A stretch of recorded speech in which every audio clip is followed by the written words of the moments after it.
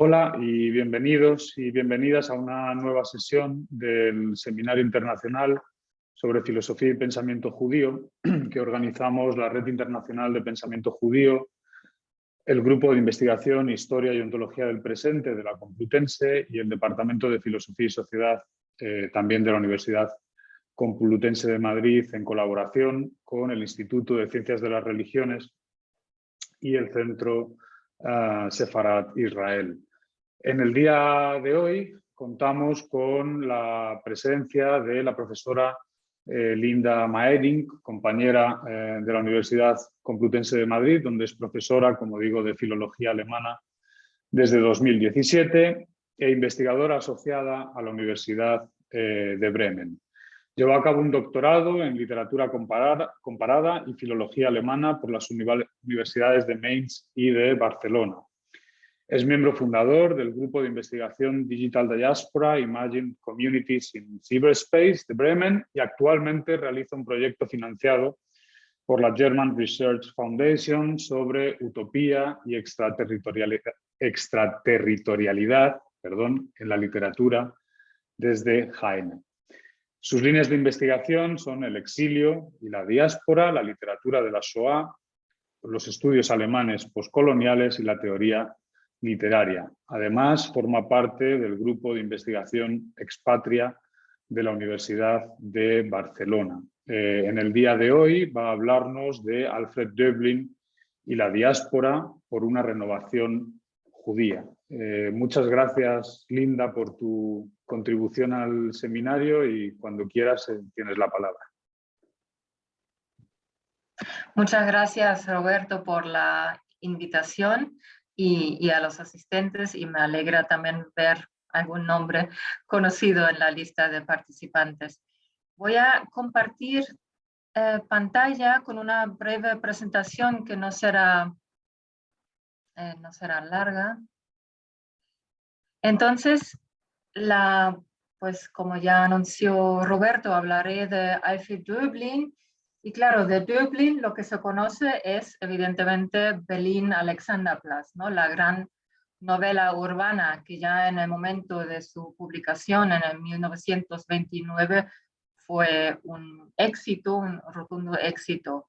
Lo que pasa con este autor, cuyo nombre está ligado a la modernidad de Weimar, de la República de Weimar, es que tiene una vastísima obra, novelas, además de estos novelones de cientos de páginas, pero que se conoce muchísimo menos. Tanto la obra de los comienzos expresionistas como la obra luego del exilio.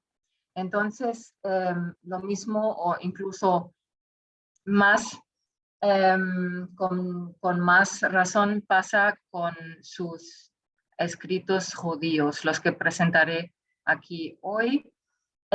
Aquí se ve una foto, una de las primeras fotos tomadas de Alfred Döblin al llegar al exilio estadounidense, y al lado también que nos cuenta este cuadro de su amigo, el pintor expresionista Ernst Ludwig Kirchner, que nos habla también pues precisamente de esta conexión suya, ¿no?, con las vanguardias.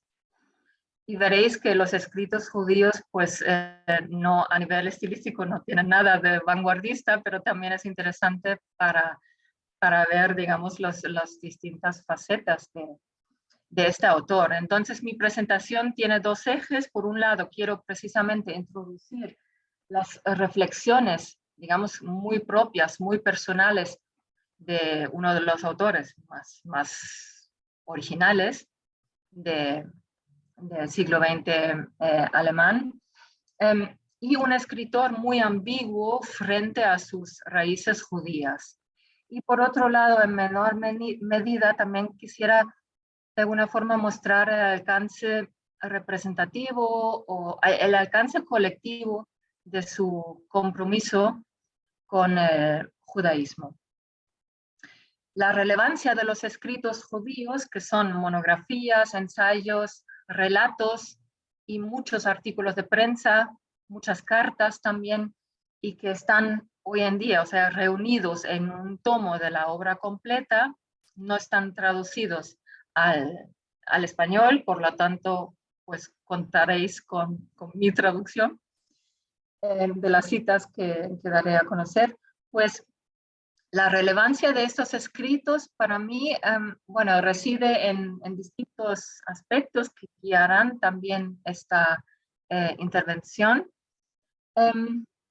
Una es su reflexión sobre las posibilidades que tiene una comunidad minoritaria, la diáspora judía occidental, de subsistir culturalmente en una sociedad mayoritaria. O sea, esta tensión entre minoría y mayoría es muy importante para los años de los que hablaré en la obra de Döblin. Su cuestionamiento del principio de asimilación, que en realidad pienso, aunque hoy lo llamemos integración en el discurso alemán, no sigue vigente en la sociedad alemana. Esto por un lado. Luego su lectura arroja también luz sobre un movimiento que ha quedado realmente relegado por el sionismo, que es el neoterritorialismo, con el que Döblin estuvo fuertemente comprometido durante los años que forjaron su identidad judía. Y finalmente su relevancia radica también en el pensamiento utópico que se esconde en estos escritos y que se forja a partir de una agudizada conciencia de crisis, ya en el umbral de la catástrofe de la Shoah. Entonces, sobre este primer aspecto de minoría frente a mayoría, ahí veremos como en Döblin siempre es muy importante la distinción entre lo que él llama el Ostjudentum y el Westjudentum, los judíos del este y los judíos occidentales. Yo antes mencioné la ambivalencia, ¿no?, de este autor frente a su ser judío. De hecho, ya en el 1912 sale de la comunidad judía de Berlín con motivo de su boda. Viene de una familia asimilada y entonces esa ambivalencia, por supuesto que es representativa para toda una generación, ¿no?, de judíos intelectuales alemanes. En el caso de Döblin, además, un autor que siempre está en búsqueda espiritual y esta búsqueda se plasma en varias de sus novelas. Esta búsqueda o esta ambivalencia culmina además en su conversión al catolicismo en un momento muy delicado, en pleno exilio en el 41. Entonces, característico también es el clima de relativa ignorancia, ¿no?, frente al mundo judío y el asimilacionismo no cuestionado en el que creció Döblin, hasta que el antisemitismo vivido fuera del seno familiar, ¿no?, son esas típicas escenas que encontramos en su autobiografía, ¿no?, sobre escenas en el instituto, en el colegio, ¿no?, con compañeros, con profesores también, los insultos. Este clima le proporciona una experiencia de concienciación sobre lo que significa ser judío. Es, por tanto, la mirada despectiva de los otros una vivencia determinante para Döblin y para tantos otros judíos alemanes, ¿no? Pero lo es también otra experiencia opuesta, la de su viaje a Polonia en 1924 y su encuentro con el mundo de los judíos del este. Tiene un libro que se llama así, Reise in Polen, Viaje en Polonia, que recoge esta experiencia de un viaje de varios meses a través del país vecino. Así, la primera ocupación, podemos decir, intensa con el judaísmo, se da a partir de este largo viaje, con el trasfondo de creciente antisemitismo durante los años 20. Para entonces, la promesa de la emancipación de los judíos alemanes se había mostrado como hueca para Döblin, ¿no? El Jüdische Zentralverein, la mayor asociación de judíos alemanes de orientación conservadora, seguía abogando por la asimilación, pero el gran escritor se rebelaba una y otra vez contra este paradigma. sin dejar lugar a dudas del fracaso de la emancipación. Según el autor, el afán individualista de los judíos occidentales entra en contradicción con su percepción como pueblo paria. Los judíos, dice, o escribe mejor dicho, seguían siendo nada más que zugelassene, ¿no? Admitidos, pero ni ciudadanos verdaderos, ni capitalistas, ni proletarios. Nirgends weder richtige Bürger, noch Kapitalisten, noch Proletarier. Como contraste, la fascinación y la curiosidad por una autenticidad religiosa y cultural, tal como la reconoce Döblin en los judíos del Este, pero siempre también esa fascinación muy ambigua, ¿no? Mezclada con la conciencia de su marginalidad. Es compartida, como sabéis, por muchos autores de la época, empezando por Theodor Herzl, Joseph Roth o Arnold Zweig. Igual que en el diario de Franz Kafka, ¿no? Se anota el descubrimiento de este mundo, sobre todo a través del teatro yiddish, ¿no? Las giras que hacen los grupos de teatro de compañías, ¿no? De judíos del Este, y esto mismo lo encontramos en Dublín, ese encuentro con el teatro en yiddish, que proporciona, además de su viaje a Polonia, esta experiencia. La distinción entre judíos del Este y judíos occidentales es fundamental también para los escritos de los años 20 y 30 a los que me dedico aquí. West, entonces, o sea, Occidente tiene siempre las connotaciones de progreso, cultura individual, prosperidad económica, y Ost-Este, pues reacción, pobreza, pero a la vez identidad plena y religiosa, comunidad, ¿no? No obstante, el destino del judaísmo para Döblin se juega en la diáspora occidental, y eso es precisamente por su fragmentación, ¿no? Por el peligro que ve Döblin en que desaparezca el judaísmo occidental. El exilio del 1933, Döblin lo percibió como punto final, ¿no? De la célebre síntesis judía alemana basada en la emancipación, ¿no? Alcanzada, bueno, la emancipación formal y legal alcanzada durante el siglo XIX. Y los fundamentales escritos judíos de este exilio, que le llevó a Suiza primero, luego a Francia y luego a Estados Unidos, están recopilados en 2 tomos, que los 2 están en la obra completa dentro de escritos judíos, pero estas 2 monografías de los que citaré hoy, pues son Jüdische Erneuerung, Renovación Judía del 33, y Flucht und Sammlung del 35, y que representan una evolución del pensamiento de Döblin condicionada por el recrudecimiento de la realidad. En el primer tomo, ¿no? Renovación Judía, parte de que unos derechos de minoría y una central mundial judía otorgarían protección contra la persecución, junto con el asentamiento en países poco poblados. Hablaré un poco más de ello. En el segundo tomo, Flucht und Sammlung, la colonización de Palestina le parece históricamente más oportuna, aunque plagado de dudas, sigue manteniendo que lo más importante sería el proyecto de renovación integral. En todo caso, el lema de todo este proyecto de los escritos judíos es Ablösung vom Abendland, o sea, la desvinculación de Occidente.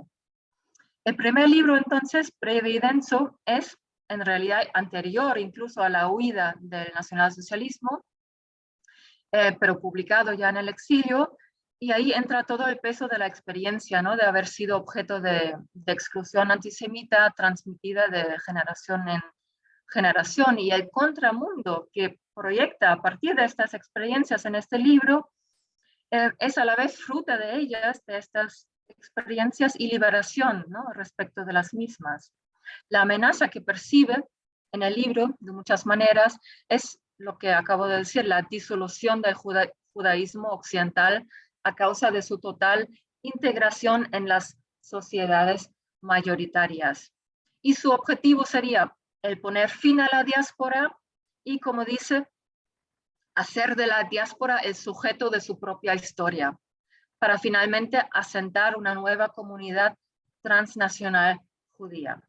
El déficit de base, el problema judío, y, o sea, esa palabra que no es, que es ciertamente problemática porque proviene, ¿no?, de escritos más bien antisemitas, pero esa palabra de la Judenfrage, ¿no?, la cuestión judía, o sea, Dublín la adopta, la hace suya, ¿no? Entonces, el problema judío es para Dublín la carencia de un territorio propio, lo que él llama Landlosigkeit. ¿Ya? Después de repasar los hitos históricos del judaísmo en este libro, Dublín diseña un plan de rescate, por así decirlo, que pasa por la acción política a la vez que por una renovación espiritual. Aquí otra vez asoma la problemática relación de la diáspora occidental con los hermanos pobres del este, ¿no? Y cito, su existencia, su modo de existir influye, perturba y confunde nuestra existencia, la de los judíos occidentales, en la que ya no nos queda nada de esa mezcla de lo nacional y de lo religioso.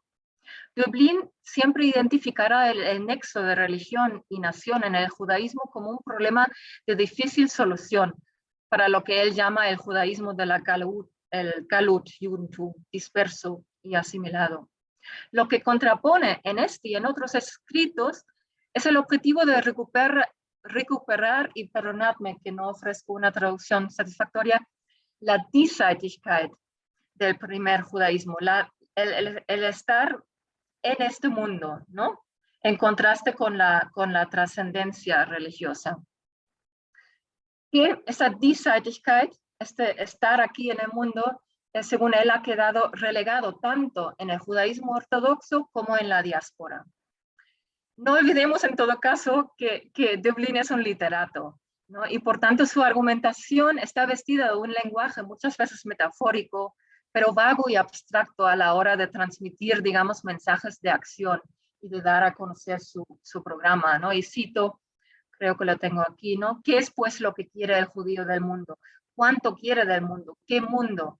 ¿Quién de nosotros quisiera vivir sin haber planteado estas preguntas más auténticas al mundo? Queremos un lugar en el jardín de este mundo para instalarnos tal como debemos. Tal como esta cita quizás deja vislumbrar, ¿no?, el alegato de Dublín es que los judíos deberían dejar de percibirse como una mera comunidad religiosa. Él dice, no lo tengo aquí, pero cito del libro, se requiere una vida completa, ein ganzes Leben wird gefordert.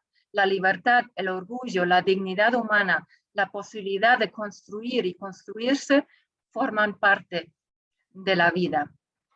De modo similar que Hannah Arendt, Dublín incide en la pérdida de Weltlichkeit, de mundaneidad, espero que sea, como consecuencia de las huidas acumuladas y la falta de territorio, y que según él lleva a los judíos a un dañino culto del aislamiento, de la memoria y de los antepasados, en fusión con un mesianismo que conduce a la pasividad. Las críticas de Dublín al mesianismo son muy frecuentes. Lo que Dublín se plantea en los ensayos y artículos de principios de los años 30 para contrarrestar esta evolución, o más bien involución según él, porque el referente es, digamos, el primer judaísmo, o sea, tiene un lenguaje muy del Antiguo Testamento en esos escritos. El camino de lo que él llama Verweltlichung, que es no es secularización, sino es un ser más mundano. Bueno, luego podemos hablar sobre la traducción de ese término Verweltlichung. Ese camino de la Verweltlichung oscila entre un reconocimiento de la realidad histórica y una imaginación utópica realmente desbordante. Nueva Judea es el nombre que da a su visión.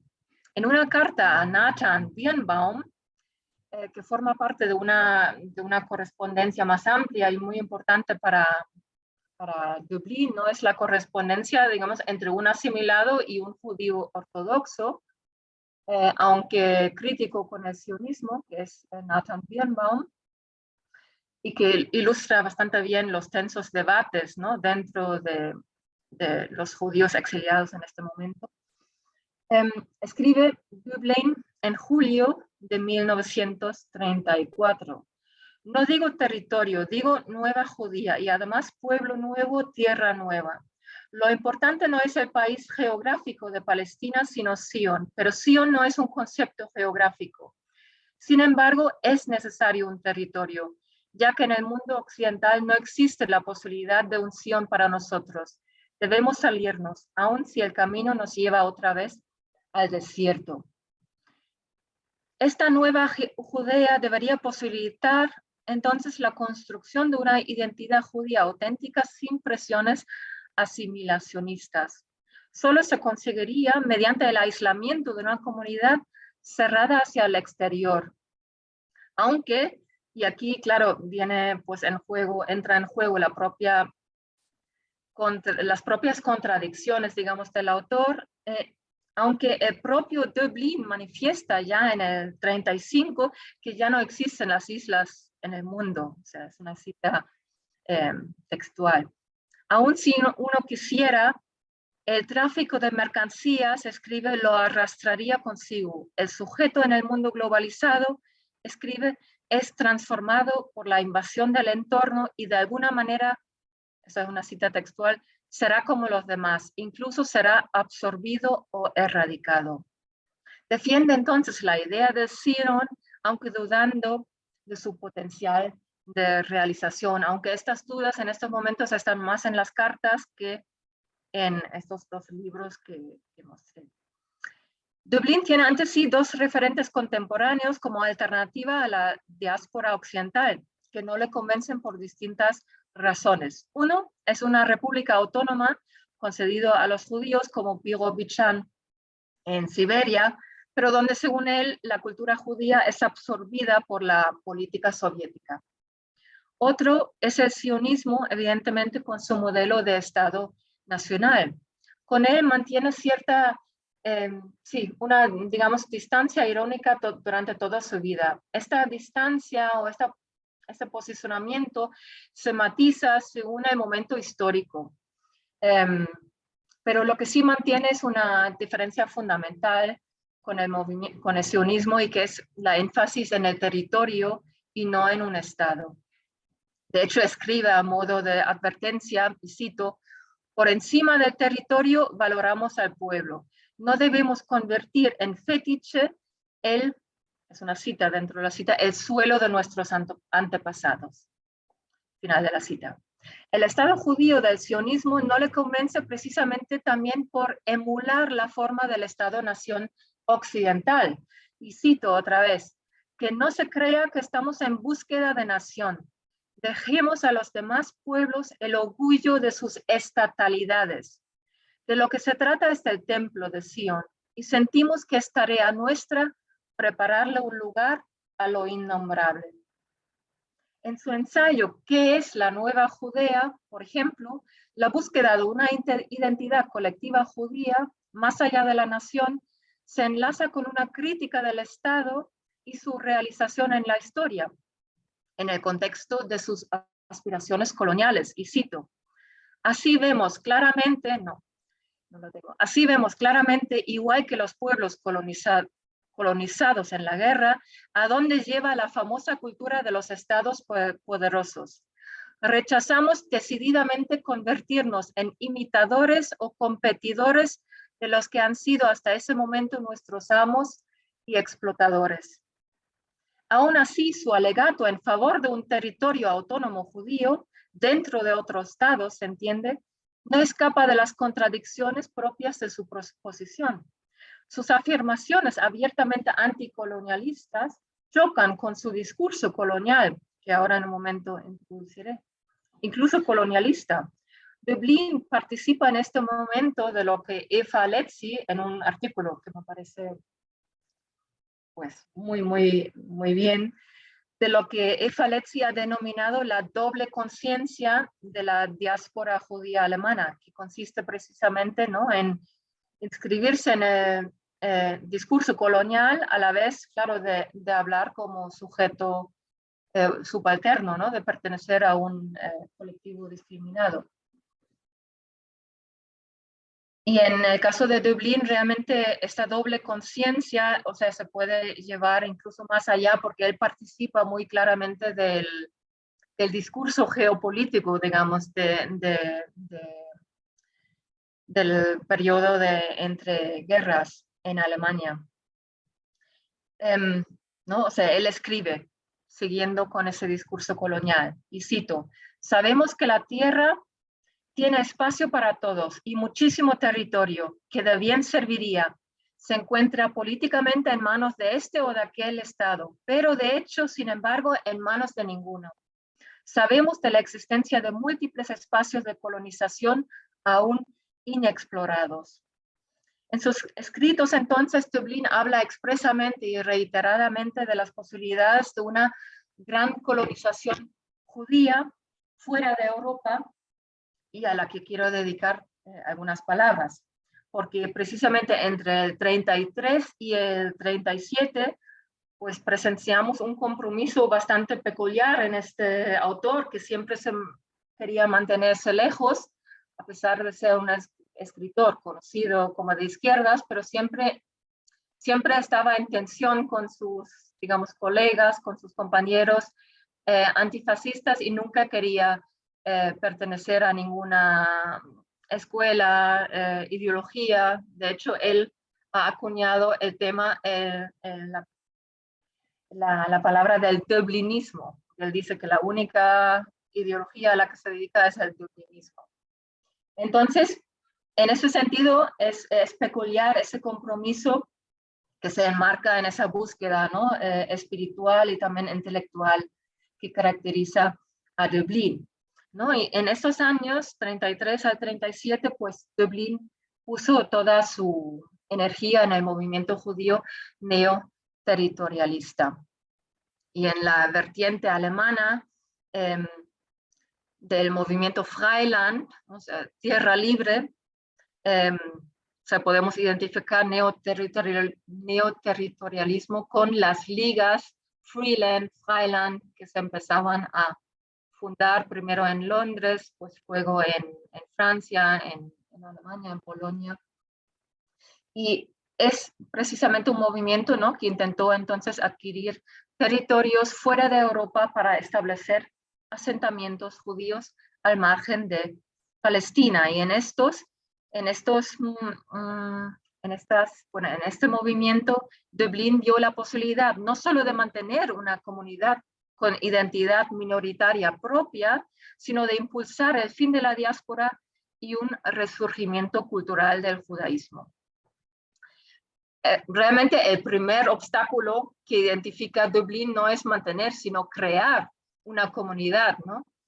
Por eso también nueva Judea, puesto que se queja reiteradas veces, ¿no?, de la falta de conciencia de comunidad en la diáspora, ¿no? Y cito: pero quieran los judíos o no, portan consigo abiertamente o en secreto la cuestión del pueblo. No pueden evadirlo. No se les permite ser personas privadas, Privatpersonen. Los ensayos y artículos en favor del neoterritorialismo se publicaron sobre todo en esta revista dirigida por Nathan Birnbaum desde el exilio suyo en los Países Bajos. Y Birnbaum él mismo, digamos, tuvo unas posiciones, aunque desde el judaísmo ortodoxo, similares en relación al menos a la cuestión territorial, ¿no? Porque, bueno, para hacer un breve inciso, ¿qué es el neoterritorialismo, no?, que se concibe como renovación del territorialismo, ¿no?, que salió como una secesión, una especie de secesión del séptimo Congreso Sionista en Basilea en 1905, y que fue disuelto en los años 20, en el 26, a causa de la gran migración Palestina, ¿no? Y es ante creciente antisemitismo en los años que a los comienzos de los años 30 se funda este movimiento del neoterritorialismo con las distintas ligas de Freiland, de tierra libre. Su programa alternativo al sionismo articuló el objetivo de adquirir un territorio dotado de derechos autónomos. Eso es una cita del programa neoterritorialista en cuya redacción, digamos, ayudó Dublín. Y cito: un territorio dotado de derechos autónomos para aquellos judíos que no quieran o no puedan permanecer en los países que actualmente habitan. Los argumentos en contra de Palestina por parte de los neoterritorialistas son en este momento de naturaleza pragmática. La tierra bíblica sería demasiado pequeña, ¿no? Y demasiado poblada para acoger a tantos judíos. Y los conflictos con la población árabe, escribe Dublín, serían previsibles. De hecho, los criterios predominantes en la búsqueda de territorio eran dos: su gran tamaño y que fueran poco poblado. Aquí hay una caricatura dedicado pues a estas ligas, ¿no? Buscando pues buscando las manchas blancas, como decimos, no sé si también en español, o die weißen Flecken en el mapa. ¿No? Se ponderaban regiones pues en Kenia, en Australia, después de la guerra, porque este movimiento siguió, ¿no? Después del Holocausto, en Surinam, en Sudamérica, pues distintos destinos posibles que normalmente se topaban con la dificultad, y luego esta dificultad fue invencible, ¿no? De que los países como por ejemplo Australia, que sí hubo negociaciones, digamos, en serio con estas ligas, pero que finalmente estos países solo querían permitir la inmigración individual y no la inmigración de un colectivo. Entonces, podemos decir que precisamente para este movimiento, ¿no? Entra en juego la diáspora en los escritos de Dublín como una especie de preparatorio para constituir esa comunidad judía futura. En estos momentos, en estos dos libros que os mencioné al principio, él habla de la diáspora occidental como un Nicht-Volk, un no pueblo. En estos términos habla Dublín precisamente porque es con el asentamiento que se convertirían en pueblo. Y en estos escritos neoterritorialistas de Dublín está muy presente aún la topografía de la diáspora bíblica, ¿no? Que sirve de alguna forma de palimpsesto para escribir sobre ella, ¿no? La de una comunidad pues amenazada más reciente. De hecho, el propio exilio de Dublín muchas veces lo compara, ¿no? con el atravesar el desierto, ¿no? Antes de asentarse. Dublín narra procesos de huida y migración que encuentran su síntesis en una posterior concentración en varias de sus novelas y escritos de los años 30, no solamente en los ensayos que aquí presento.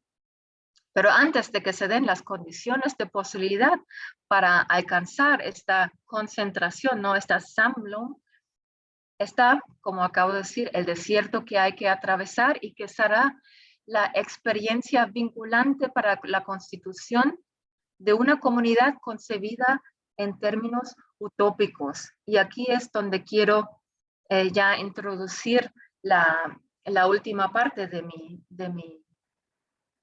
mi conferencia, lo utópico que nace de la catástrofe.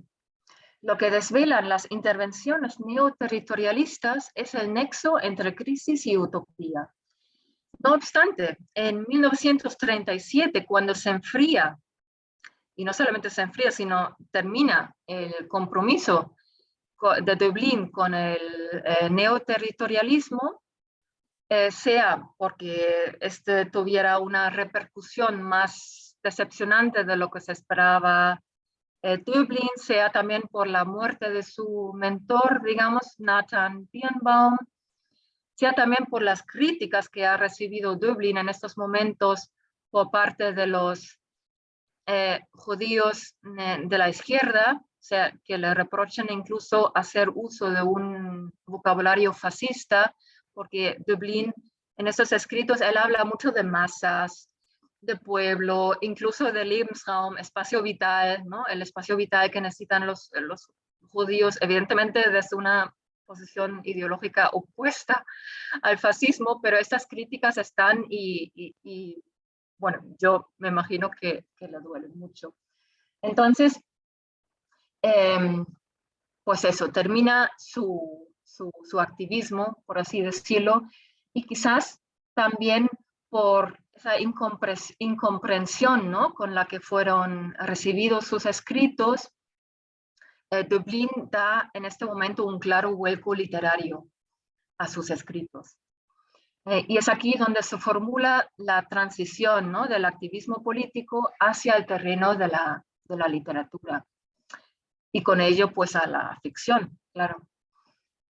Aquí se abre entonces un espacio para un discurso más velado, para acercarse a este innombrable, ¿no?, que buscaba Dublín desde el lenguaje literario y la imaginación literaria. Yendo ya en esta dirección, en la segunda monografía de los escritos judíos, ¿no?, Flucht und Sammlung, huida y concentración, escribe Dublín, y cito: creemos al sol, al cielo, a las estrellas, los árboles, las plantas, los animales y a nuestra vida en este mundo. Y esto es más que una voluntad política, sino un sentimiento fundamental. O sea, el interés además suyo por la filosofía de la naturaleza, la relación entre el sujeto judío y la naturaleza, lo dejo aquí de lado, pero está aquí muy presente. Y este tipo de vocabulario que nos puede parecer quizás un poco ingenuo, no sé, esto lo lleva, esta cita acaba de ser del ensayo, de la monografía que he citado, pero lo podemos encontrar casi idénticamente en los escritos literarios. Entonces, su pensamiento utópico se traslada, y es una metáfora que sirve aquí de puente entre los escritos, los ensayos, artículos de prensa, del neoterritorialismo y la literatura, y es la imagen bíblica del arca de Noé, que ahora, que está como tal, el arca de Noé, en los escritos neoterritorialistas, y que ahora vamos a encontrar en la literatura. Entonces, una vez que acaba su actividad neoterritorialista, Dublín comienza a escribir su trilogía novelística Amazonas, que no está traducida y tampoco es una de las novelas más leídas, la verdad, en 1935 en la Biblioteca Nacional de París.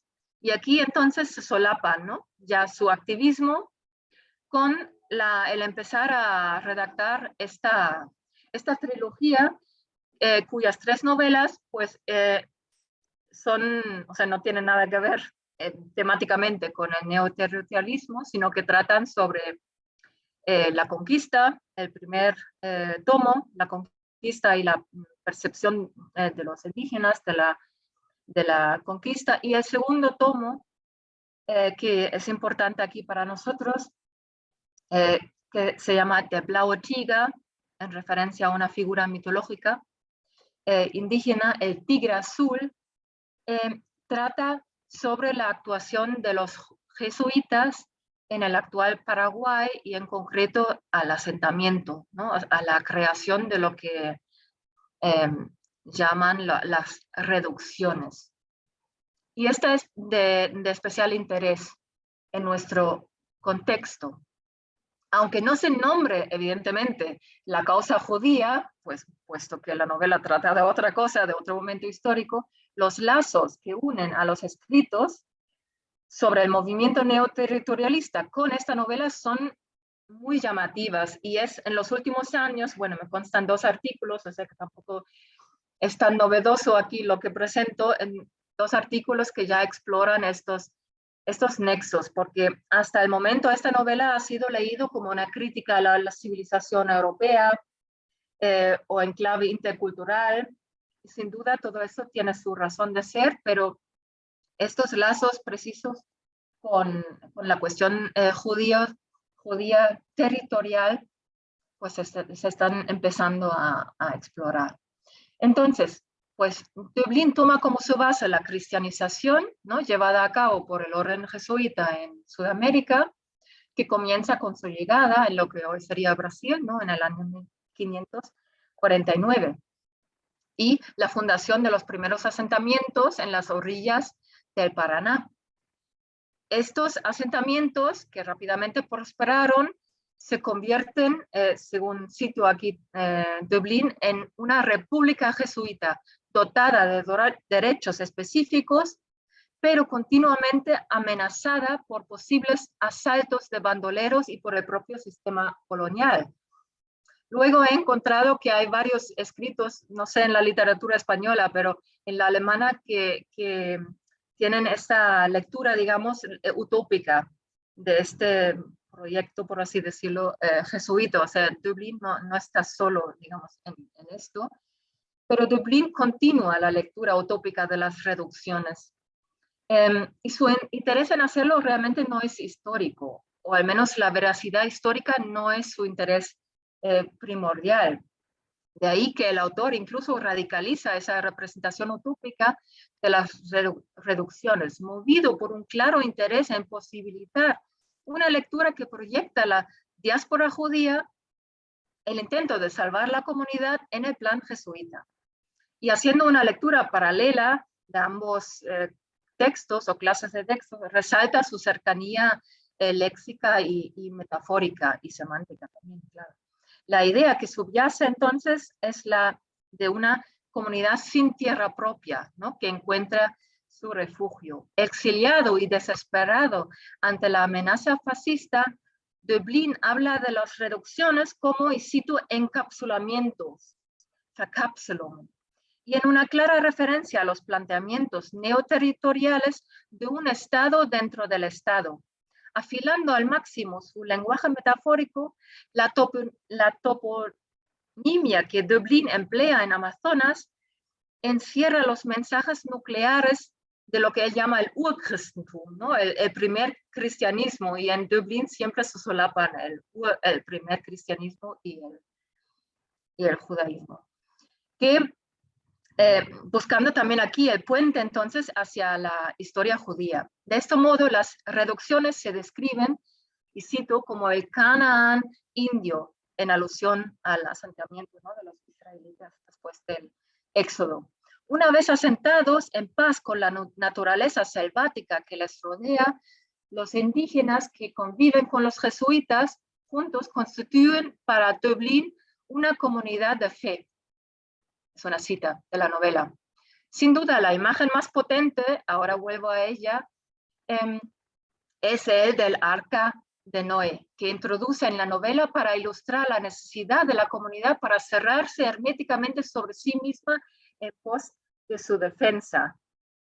El gran plan de los nuevos asentamientos que surgieron entre el Paraná y Uruguay, construir un arca de Noé, proteger a las nuevas reducciones, afianzar los tablanes del arca, llevar a la barca tantos como fuera posible, cerrar puertas y ventanas a tiempo.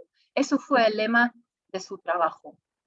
Con esas palabras, Dublín describe un plan que necesariamente va a fracasar. Fue el propio autor que ya durante su compromiso neoterritorialista nos advirtió de la imposibilidad de una comunidad cerrada. Así, también en Amazonas, las reducciones se demuestran cada vez más como artefactos extremadamente frágiles, navegando, y cito, como un barco fantasma en el mundo real. Y es la contradicción, ¿no?, intrínseca de los escritos de Dublín sobre la comunidad judía y también en esta novela sobre la comunidad indígena jesuita, ¿no? Suponen una promesa utópica a sabiendas que este proyecto no podría ser duradero, ¿no? Hay una lectura de Hubert Lois, un compañero germanista que explora esta lectura. Así constata el fracaso de las reducciones jesuitas en un relato de duelo, pero un duelo doble, podemos decir, ¿no? Se puede aislar una casa tanto como uno quiere, se puede construir con grandísimos bloques de piedra, se pueden tapiar las puertas y ventanas e incrustar la casa en una roca. Las grandes piedras algún día estallarán, aún sin cañones. El aire, la luz y el agua irrumpirán en ella. Uno no vive solo en este mundo. Esa es una imagen que encontramos también de manera variada en los escritos neoterritorialistas. Si visualizamos entonces lo utópico en Dublín en términos, digamos, de dirección, ¿no? O sea, este no solo esposa un posible futuro, como lo hace en los escritos neoterritorialistas, sino que también imagina un pasado distinto. En su gran ensayo de Historische Roman und Wir, la novela histórica y nosotros del 36, ¿no?, porque la novela histórica es un género en auge en el exilio alemán, formula que este género exige al autor una identificación con su material que consiste en, y cito, llevar el fuego de una situación actual a una situación bajo escombros. Final de la cita. La ficción es empleada por la novela histórica para, otra cita, abrir las bocas de los muertos, ¿no? Die Münder der Toten zu öffnen. En una extraña fusión entre utopía y novela histórica, una vez que se alejan las soluciones políticas en el horizonte, Dublín confía en la ficción la configuración de otra historia posible, instaurando una muy peculiar constelación, ¿no?, entre la diáspora judía y la comunidad de las reducciones jesuitas. Cuando en la novela las redacciones son asaltadas, el primer proyecto de un reino de Dios en esta tierra, ¿no?, de hecho esa reducción se llama en la novela Jerusalén, queda devastado y toca volver a construirlo. Y aquí termino con una cita, porque aquí es donde incide Dublín claramente desde su presente. Y cito, el arca se mantendría a flote y sobreviviría al exterminio. Muchas gracias.